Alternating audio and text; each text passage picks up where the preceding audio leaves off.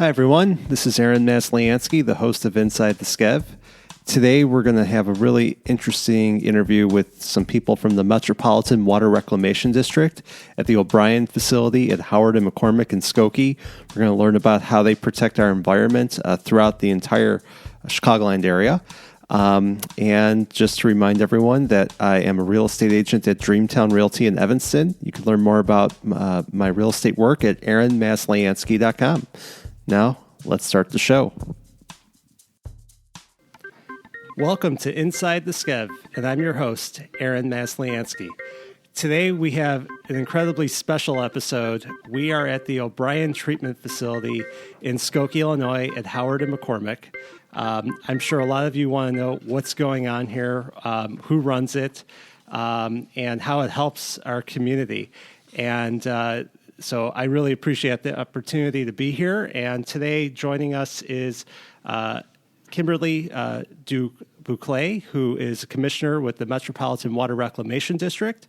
We have Aruch Poonsapaya, who is the operations manager here at the O'Brien Wastewater Treatment Facility. And we have Patrick Thomas, who is the public affairs specialist for the Metropolitan Water Reclamation District. So thanks, everyone, for coming on. Thank you. Happy to be here. Thank you. So, I think a lot of people, may know about the organization, the MWRD, but some people don't and don't know what's going on. So Commissioner, what does the MWRD do? Hi. So the MWRD, the district, is responsible for reclaiming wastewater and providing stormwater management for a residential population and industrial flow equivalent to nearly 10 million people. Our service area encompasses 883 square miles and includes the city of Chicago and 128 suburban communities throughout Cook County. And I have to say, Cook County, with its 5 million residents, is the second largest county in the country behind Los Angeles County. The district is the protector of our water resources, and we have been working for 130 years to protect Lake Michigan, Wow. which is the source of our drinking water. And I always tell people this fun fact: the Great Lakes supplies, I believe it's 80% of the freshwater supply for the United States. So you guys have kind of an important job. We do. And how do you get involved in this organization? Why are you here? So as you may or may not know, in another life, I was a state representative representing the 26th district. And as an elected official, as a state legislator, I worked very closely with the Environmental Caucus. And as a matter of fact, I received a 100% voting record with the Illinois Environmental Council because the environment was very much a part of my interests and lots of my legislation. And so when I left office, I went to work for the Chicago Park District and still learned even more about green space and the environment and how we interact with green space and how important it is. And then November 2016 happened, and our current president was elected, and I became appalled at how he immediately started to dismantle the Environmental Protection Agency and all the protections that had been put in place to protect our water and our environment. And so that's when I decided to run to be a commissioner on the Water Reclamation District, because I had a very strong interest in protecting our water and protecting our environment. I think that's great that you did that because, I remember after the election, President Obama said, you got to get involved civically, wherever you can. Whether And you were local, involved, but this, I yes. think, is so important, especially for our local area, to make sure that our environment is protected. What's more important than that? There's nothing more important for our children, our grandchildren, our great-grandchildren. Absolutely. And Aruch, how did you get involved here? I'm a licensed professional engineer. After college, I'm actually a civil engineer, and I kind of fell into the wastewater industry. Before joining the district, I was working mostly in the potable water industry, the clean side, and that's kind of piqued my interest. And then one day I took an exam for a district position, and a couple months later called me in for an interview, and a little bit after that they offered me a job, and I thought, well, hey, let's see what it's like. So Go to the brown water. Pardon? Go to the brown water. Go to the brown water. Let's see the other side. Yeah, see what happens to the water after you use it. So it was just something different. And so I came from the consulting side, and I tried the public sector and see what the public sector was like. And I fell into it, and I've been here for almost 21 years now. So Wow. That's important that you're here. It's good to have good people to know what to do here. And Patrick, how about you? Yeah, I'm like the commissioner. I'm more of a newbie. I've only been here for about 3.5, 4 years, but I was a print journalist for almost a decade and covered a number of issues ranging from environment to economic development. And dealing with a lot of those issues, I decided to go back and get my master's in urban planning and policy from UIC. And in the meantime, my house flooded. This is about 2014. And if anybody's ever experienced that, well, in my condition, we just moved in 2 weeks earlier. It was traumatic, and it took us almost a year to really get back on our feet to get the basement restored and then rehabbed. But for anybody who's gone through that experience knows it drives you to really want to get to know your water environment and try to be a force behind it. And I think what we do at the Metropolitan Water Reclamation District is educate our neighbors and our residents to want to be a part of the solution, to work towards solutions, whether it's gray infrastructure or the deep tunnel, or green infrastructure like rain barrels, which we've given out so many of, to try to get people on the same page and work together to build a resilient Chicago area. If I can add to that, please. And thank you for jarring my memory. I grew up in a home that flooded pretty much every time it rained.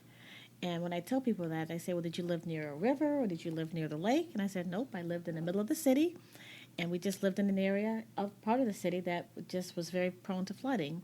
So I got very accustomed to wastewater and sewage in my home.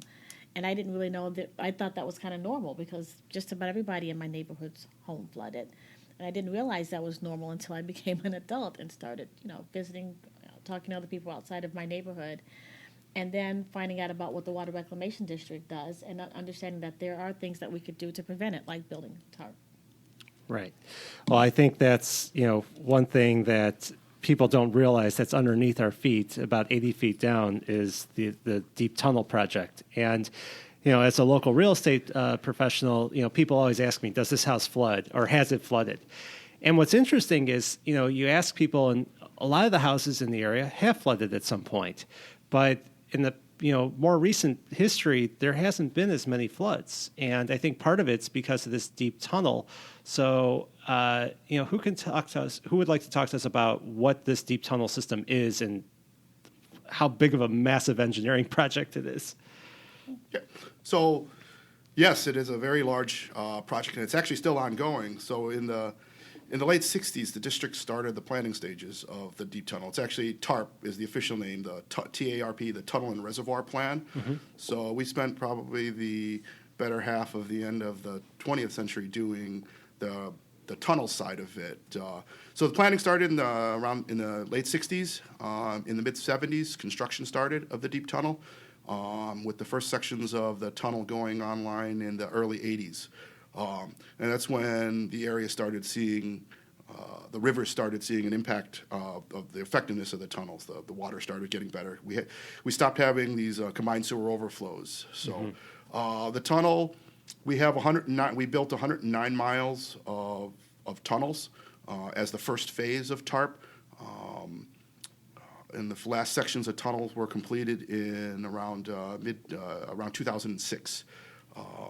After that, we transitioned to building reservoirs. The reservoirs started going online 3 years ago, roughly. The Calumet Reservoir went online, and in January 2018, the McCook Reservoir went online. So the 109 miles of tunnel provided around, I think, 4 billion gallons of storage between the systems, somewhere around there. The numbers, after a while, get staggering. But Calumet Reservoir is almost 10 billion gallons. 7.9 billion gallons. 7.9 billion gallons of storage. And the first phase of the McCook Reservoir is 3.5 billion gallons of storage, with another planned 6.5 billion to bring it up to about 10 billion total storage. Wow. So this is all water that used to flow into the rivers and streams in the area. So as a combined sewer overflow, when it rains, the sewer system, when it gets inundated, the plants take in as much flow as they can. After the plants can't pump anymore, before pre-TARP, that overflow, all that water would flow into the rivers and streams in the area. Right. That the reservoirs now, the tunnels intercept that flow and take it into storage to prevent the CSOs. So the more storage we have, the less water is released into the less polluted waters or CSOs are released into the environment, and then that storage after the reservoir or after the storm subsides, that all that water is pumped back and treated through our treatment plants. How many storms is that many billion gallons of water? I mean, is that like several weeks worth, or is it one storm? That varies. Yeah. The district serves over 850 square miles, and much of that is combined sewers. So that means that stormwater mixes in with sanitary sewer when it rains. Mm-hmm. And if you have a small rain, or like half an inch of rain over a few hours, very little actually goes in the reservoir. A lot of it can just be treated by the plants. But if you've got several inches of rain in an hour, all that goes. The plants get inundated with water, and the reservoirs start working. The tunnels are the conveyance system to the reservoir. Right. So it starts taking in water and brings it in and stores it. So it varies depending. We serve such a large area that if the rain is intense and localized, we might it'll take a while to fill. But in the year that the reservoir has been online, so that additional 3.5 billion gallons of storage at McCook, I think we've filled it to capacity a couple times already. Wow. And it constantly fills especially if we get an inch of rain or more, the system always takes in some water. It may not fill to capacity, but it does. We do take water. This is the reservoir, right? Yes, that's the McCook Reservoir. Yeah, and I actually went and toured it a couple years ago before it opened up with my family and another friend of mine and their family, and it's unbelievable. Mm-hmm. I mean, the scale of this engineering project is just like probably one of the biggest engineering projects that's ever taken place. Mm-hmm. I mean, is there anywhere else in the world that has something similar to the TARP that we have here? Not to the scale that the district has built. I'm a civil engineer by training, and so the tunnel and reservoir plan is often recognized by civil engineers as one of the top achievements of engineers and of public works projects to build such a massive scale. I mean, this project started planning in the 60s, right, and it's still not complete yet. It's billions of dollars in construction. Yeah. Lots of time and money and design has gone into this. Actually, the district was one of the first or probably the first to really think about these tunnels. These tunnels are 300 plus feet below ground, and it's 109 miles of tunnels bored in rock to bring water to a reservoir just to store. Other cities are starting to copy it, at least on the tunnel level, and build tunnels. I know our sister to the north, Milwaukee, is building CSO tunnels similar to ours, nowhere near the scale in their current planning of the district. But again, it's become a very effective way to reduce CSOs and reduce pollution to the waterways. As opposed to ripping up all the streets and doing a separate stormwater and sewer system. But I mean, one of the things also is that, this was designed in the 60s, and now, the environment's different, where we have, a lot more impervious surface, mm-hmm. so there's a lot more runoff. Are we planning to expand this? Or what are we going to do for the future? So one of the things that we try and push as much as we can is permeable pavement, and mm-hmm. so that the water can go down and not just be hard pavement. So hopefully we can expand that initiative further so that there won't be so much hard concrete. Right. And, I mean, are there communities that do separate stormwater and sewer in the area? Yeah, the newer communities in the area have separate sewer ordinances. Actually, the district has a separate sewer ordinance. So unless you are already grandfathered into areas that were combined sewers where you'd have to go separate, all new construction and new developments are separated. But even in separate sewer areas, there's still so much runoff from all the rooftops and pavement and parking lots that we have. Some of it does, still goes into the waterway as runoff, whether it's combined with sanitary sewer or not. It's water into the environment, into the system. Right. One question I have is I noticed that if you look by the canal over here along McCormick, you have some outlets for water during storms, and it goes into the canal system. Now, is that coming from the sewer, or is that just from drains that are, say, along the sculpture park? So there's a mix along, I mean, if you're just along McCormick here, there's a mix. There are storm sewers. The villages in the area have separated out, and like IDOT in the area have separated out. So there are storm sewers. So some of it that you see is clean water or storm water runoff that hasn't been mixed with any of the sanitary sewer. Sure. We also have combined sewer overflow, outflow points, so that, again, if TARP is full, you will see CSOs come out there. Over the last year's experience with the reservoir being online, now that we have more capacity for storage, we're seeing less and less CSOs, so those outfalls are less prevalent, or those overflows are less prevalent. Mm-hmm. Then we also have the treatment plant. So the O'Brien Water Reclamation Plant discharges our treated water into the North Shore Channel. So we're the biggest outfall in this area. Right, and but it's clean at that point. It's clean at that point. So, yeah. So it's a mix of everything. Is there an idea, somebody asked me, like, if the tunnel is dry at some point, which I don't suspect that ever is, but if it is, could we use these tunnels for transportation at some point? Is there any possibility for like the Elon Musk, program, or his tunnels under Los Angeles? Could that be something that could be used in Chicago potentially? Probably not, because like you said, the tunnels are really never empty. I mean, we do pump them down to what we call empty or near empty. At the levels they're at, there's always some what we call I&I, inflow and infiltration, just leakage from groundwater that goes in. They're so deep, right, and there's so much tunnel. I have been down in the tunnels when we dewater for maintenance if we're doing inspections.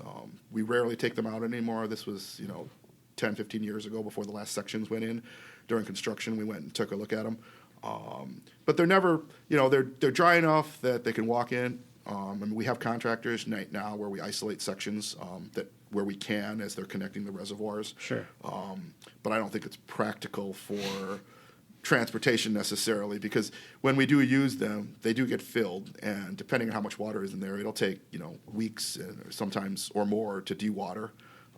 And then they get rain again. And then we get rain again. Sometimes before we can empty it, it rains again. We're in Chicago. The weather varies from day to day, hour to hour. Climate change. Exactly. Climate change. It's like we're in Seattle. Yes. And to shift back just to O'Brien, how do how does it work that you process everything, and how do you keep the smell down? I'm in here right now in one of your conference rooms at the facility, and it doesn't smell. Like, I'm shocked. Thank you. Well, you should be, we pride ourselves on trying to be good neighbors. We don't want to smell. And I'm glad that you don't smell anything. Obviously, I can't believe it. Yeah. Obviously, this is a sewage treatment plant. We'll walk around afterwards, and I can show you some of the areas. If we go inside some of the buildings, so like the smelliest areas, like what we call our grit chamber here, yeah. When you walk inside, you'll know you're in a water reclamation facility or sewage treatment plant. But for the most part, we try not to let odors escape the plant grounds as best as we can. We're always trying to improve. We have some studies right now just to review our odor control activities and make sure that we're doing as much as we can to, again, be good neighbors. Well, I mean, you even have the ultraviolet facility where you basically sterilize the water, and you guys were there's research being done on life on other planets by coming to this facility? No, that was, the BBC TV was here filming something for Discovery Channel. Mm-hmm. Apparently, they kind of got our name from research they did on ultraviolet light.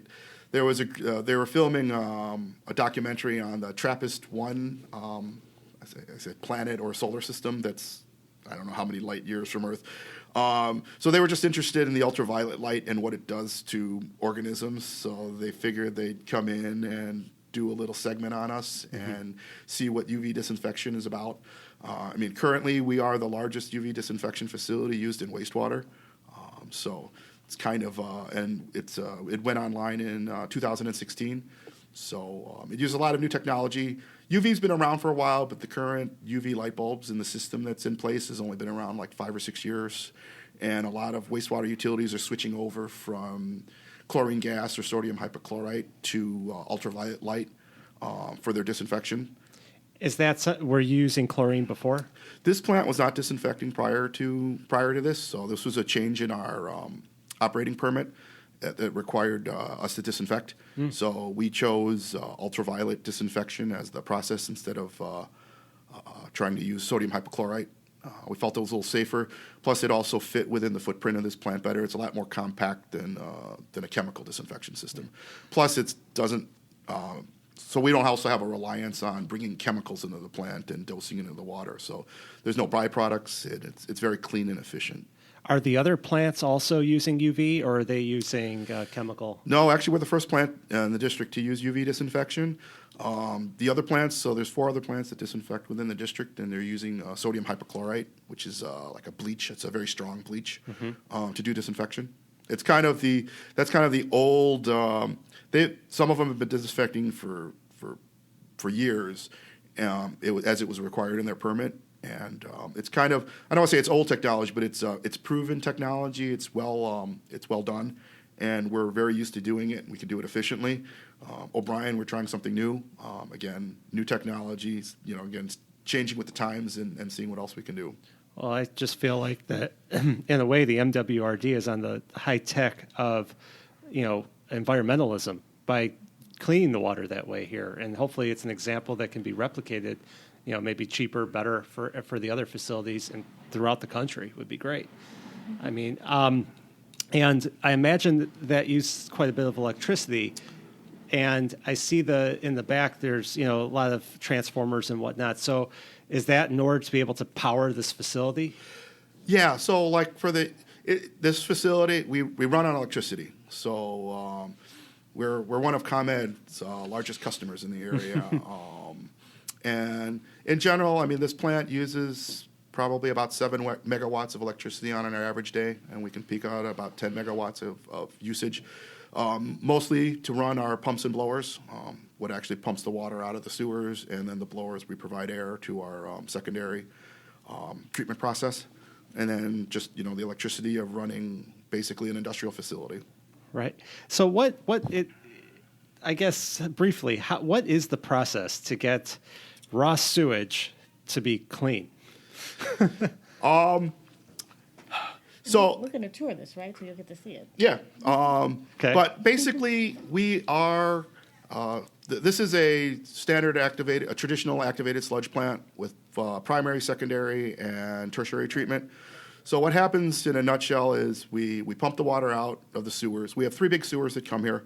We pump the water out, do primary treatment, which is mechanical separation. So we settle grit out, we screen out fine material, rags, anything inorganic. I bet you guys get some pretty interesting things in there, we huh? get a little bit of everything here. If it fits down a sewer, and sometimes even if you don't think it fits down a sewer, I've seen almost everything come in. What's the craziest thing? Craziest thing. There's so many. I mean, the funnier things, we get money in here, so you'll see money come in through every now and then. We've got sea turtles, spare tires from cars, 2x4s, 4x4s, 6x6s, literally anything that goes in a sewer or you'd think of that could fall in or get pushed in. Cell phones? I'm sure. I don't think I've ever seen one, but I'm sure parts come through after they get tumbled after a while. They get chewed up. So after grit and fine screens, it goes into our preliminary tanks where we start mechanically settling out the heavier organic materials, the big parts that settle out. And then after that, it goes into our secondary treatment. We use an activated sludge process where to remove the contaminants, the other organic matter that doesn't settle out heavily. From there, the secondary process, I like to describe it as a farm. We grow bacteria and other microorganisms that eat the food, which is the organic material, poop for lack of a better description of it. Eat that, become fat and happy, settle down to the bottom. We return it to the front of the aeration tank, and then the clean water comes off the top and goes into our tertiary treatment, which is UV disinfection. And then from there, we remove the pathogens, anything extra bacteria that's there. We inactivate them, and we discharge them into the North Shore Channel here. We remove probably about 99% of the contaminants in water before we discharge. It's not potable level drinking water, but Yeah. it's very clean. Okay. What would it take to get it to drinking level? Oh, Because there are some places that do get it to drinking level, don't they? not from sewers yet, not from a wastewater treatment plant yet. I mean, Okay. eventually our water will be used somewhere downstream. Someone will take it and refine it more. A lot of people are still afraid of the toilet to tap. If you've ever heard of that. I have not heard that. But Toilet to that tap. makes sense. Out west, where water is a more scarce commodity, we're very fortunate, as Commissioner had said, we're near Lake Michigan, huge source of clean drinking water. The district was created to protect the drinking water source, Lake Michigan, Right. and clean the water so that we don't contaminate the lake. But out west, where there's in the desert in California, where they use so much water, they're talking toilet to tap, where you take the drinking the reclaimed water from a treatment plant and use it again as a tap for drinking water. And people don't like that. That concept of Sounds drinking icky. water that you flushed down a toilet. So they inject it into the ground and use the ground as a filter and then pump it back up. Usually additional treatments required, even like Lake Michigan water. Chicago has the Jardine water purification plant and the South plant. They Right. take drinking water. They take water from the lake. They use a chemical to remove more contaminants, and to the point that it's drinkable. And they disinfect it again with chlorine that if you taste it in your water, and then it's drinking water. So, Yeah. to step back 1 second, I'd like to say that in the treatment process that I've described, we don't use any chemicals for our treatment.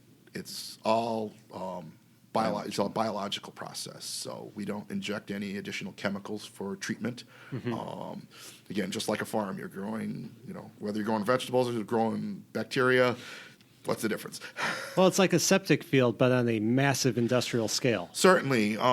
We do at the district, at a treatment plant in the district, we do in about 12 to 24 hours what natural rivers do in weeks and months. There's naturally occurring bacteria in the water that break down pollution on a small scale, just the normal birds and animals that are there. We're just condensing it. This treatment plant serves about 1.3 million people over 140 plus square mile area. We take all the sewage, wastewater from that population. We treat it in 12 to 24 hours through the plant, remove 98% of the contaminants, and then return it to the river. Wow. It's incredible. And basically this area, or O'Brien serves everything from Highland Park down to Skokie? Yeah, we serve from the south about Fullerton Avenue, north all the way to the Lake Cook border, and then from Lake Michigan west all the way out. Our main area is about the Des Plaines River, but we actually get flow from as far west as Schaumburg here. Wow. So, I mean, I know I have an urban planning background also, and I know that the flows have to use gravity or then they have to use pumps to get Yes. to here. So you have just a massive network of pumps and interceptors, right? We have a massive network of interceptors. Actually, the district the planners of the district, when the district was formed and started to build plants in the sewer system, actually did a very good job of planning for the future. We have very few pump stations compared to especially newer developments like newer cities, Yeah. comparable in size to Chicago, where they use, thousands of pumping stations to lift sewer flow to their central treatment facility. We have very few very few pumping stations to bring flow here. Most of it is by gravity. So the bulk of our flows come to this plant by gravity from as far west as Schaumburg. And you don't have anything trucked over, do you? Because I know that that's also something used in treatment facilities. No, we don't. Yeah.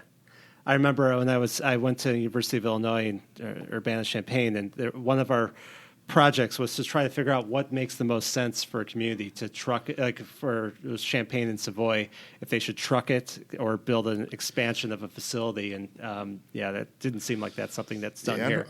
Yeah, the O'Brien plant treats about 225 million gallons of sewage a day. That's quite a few tankers to truck here. Yes. And then our peak flows are 500 million gallons a day. So we'll flow up to 500 during a storm. Wow. And, talking about planning for the future, I know that there's the Chicago 2050 plan that just came out. That's, it talks a lot about, environmental impact and planning. And what are some of the things that for that plan are going to be incorporated with MWRD to try to, for the future? I mean, it's just are the plans more for like any more plants and facilities, or just more impervious surfaces and more environmentally friendly development? Right now, we haven't thought about it, expanding plant operations to that extent. Yeah. But like you said, I think green infrastructure visions and talking about how we're going to be a more sustainable and resilient community is important. Right now, some of the innovation technologies allowed us to recover a lot of resources, and one of the main resources has always been water, of course, reclaiming water that we could reuse. And in fact, a lot of the water that we clean here, we're able to reuse for heating and cooling and plant use. So we're talking about millions of gallons a year that we're able to take off rather than just using fresh water from the lake. And that's one of our missions too, to look into industry and figure out new ways and new partnerships to get that treated water to these facilities for their use, especially when they're not using it for drinking water, to use for technology. But we were also able to recover solids. We process biosolids, and we're actually developing a new compost through it with a mulch blend with wood chips. We're recovering nutrients. We have a fertilizer. We used through a third party at our Stickney Water Reclamation Plant, and right here at O'Brien, we're looking at ways to recover nutrients through algae, an apparatus that's using a revolving system that develops algae through the sunlight and the water that comes through here. Wow. So there's a lot of things besides water that we could take out, and of course the big one we talk about climate change is energy, and right now. We're able to harness a lot of that energy. Like I said, with the water, we could also use a lot of the energy we recover here to heat and cool our plants. So there's a lot of emerging technology that's allowing us to develop and grow and be really resourceful in this really 2050 stretch. Yeah, and I've got to really hand it to you guys for the public outreach that you do on social media. And I've grew up in Skokie. I've driven by this plant a million times, and when I was in high school, there was a Chicago history project, and some of my friends did a project on this facility, and they got to the city semifinals for it. Called it the Scoop on Your Poop, and it was very interesting. And I think that was early on for outreach. But I came to the McCook Reservoir a couple years ago before it opened with my family, and I've got a couple young kids, and we went with another family with young kids too, and got to show them what's going on. It blew our mind. And then just what you have on Twitter or Instagram or Facebook, it's very interesting to learn about these things. So I really have to hand it to you. And I think that the word needs to continue to get out about what you do. And I think you're also having a garden show coming up. Is that correct? We're there right now, actually, as we speak. We have the Flower and Garden Show downtown at Navy Pier. We're giving away our compost, this EQ compost, like I mentioned before. It's a blend of wood chips with the biosolids, and it's extremely popular. We've been actually distributing biosolids with the local golf courses and park districts for really 3 decades now. And now we're finding that people are getting over the stigma, and they actually want this stuff, and they want the material for their backyard. So we'll have a new program this spring where we'll be distributing these 20-pound bags for free right here, actually, at our O'Brien plant, along with our Restore the Canopy, our free oak tree saplings. So I encourage people to come out to 6 of our 7 plants from 9 to noon on Wednesdays. And we'll also be giving those out at our open houses in May, on May 18th. Again, that'll be here at O'Brien up in Skokie. So there's a lot of opportunities for people to take part. I would say that the reason why it's becoming more popular is that it really works. Mm-hmm. People spread it in their gardens and on their fields, and it just makes a huge difference. Is it also sold to farms around the Midwest, the solids? Do you know? Yes. So we do have a biosolids distribution program. I'm not sure if the compost, a lot of it's actually given away. So it's a part of our beneficial reuse program. So some of our biosolids goes into the composting, which is this exceptional quality material that has unrestricted use. So lately we've been trying to get more park districts and people to use it for landscaping projects. Some of the other product goes to farm fields for as a fertilizer, soil amendments. We hire a contractor to help market and distribute those solids. Again, trying to make as much beneficial reuse as we can, so we're not just burying it like in a landfill. Well, that's good. I mean, you're benefiting the environment. I mean, your guys are doing great work around here. And I'd add that it's Yes. also right here in your backyard. We actually delivered 295 tons to the recently developed cricket field that Skokie Park District runs over at Oakton, Skokie Park Sports Park, 3459 Oakton Street. And that's definitely a direct benefit. Right, it's right actually out our back door here from O'Brien. But yeah, that was a good example of a reuse opportunity where we took an old field and converted it to a lush, fertile place to play cricket, of all things. I was interviewing a man named Ken Mantle on my podcast recently, and he's running for Park District Board. And we were talking about the cricket field and how that's owned by the district. And I mean, it's a great benefit to the community to be able to use that. I mean, there's such a large population from South Asia that enjoy cricket, and I've never played. I'd love to try it. So I think it's a great Get on the pitch, benefit to Skokie. Absolutely. And also you guys handled recently. We had St. Patrick's Day. The river turned green. So is that something that the district handles with or is that the city of Chicago that does the greening of the water? I think that's the city of Chicago and the Plumbers Union. But I think they have to get a permit from the district actually to dye the river. Okay. That sounds great. Well, I am really looking forward to getting a tour of the facility, and I love what you guys do. Where should people find you guys on social media, online? What's the best way to get involved? Our Twitter handle is just MWRDGC.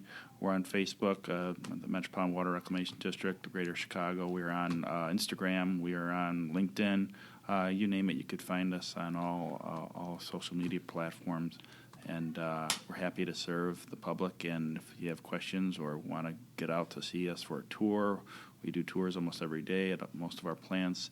And we really, want to be partner with the community because, like I said, we have a task ahead of us with whether it's protecting our water quality or dealing with flooding issues. We were talking about flooding before. Just to some numbers, 1 inch of rain on a 1,500 square foot house is 935 gallons of water, and 1 inch of rain across Cook County is 16 billion gallons of water. So we have to find a place to manage that water, and between TARP and our many green infrastructure projects, we've had a few right here in Skokie. We worked with the police station to help them build a new parking lot and a new over at Devonshire Park in Skokie. We also did a new rain garden. So and we also worked with the Evanston on the Civic Center parking lot as well. So that was a permeable pavement that the commissioner mentioned. There's any number of ways to get involved to deal with green infrastructure, and we're just grateful that a lot of the communities like Skokie and Evanston have stepped forward and want to be a part of the solution. Absolutely. I mean, I'd love if everyone had a green roof too. That would help you. Well, yeah. And you spoke of tours. I just want to ask quickly. I know that O'Brien was part of the Chicago architecture tour a couple years ago. Who was the architect of this facility? I believe the district itself. So the O'Brien plant, I should mention, was went in service in 1928. So we've been here almost 100 years now. So the construction started in the 20s. The Sanitary District of Chicago was one of our first names. So, yeah, I think we did it within ourselves. Okay. Yeah, I always think it looks similar to like Evanston High School. It's built around the same time, so could be.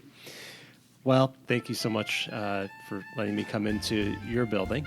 And I hope everyone enjoyed this interview. We're going to go take a little tour right now.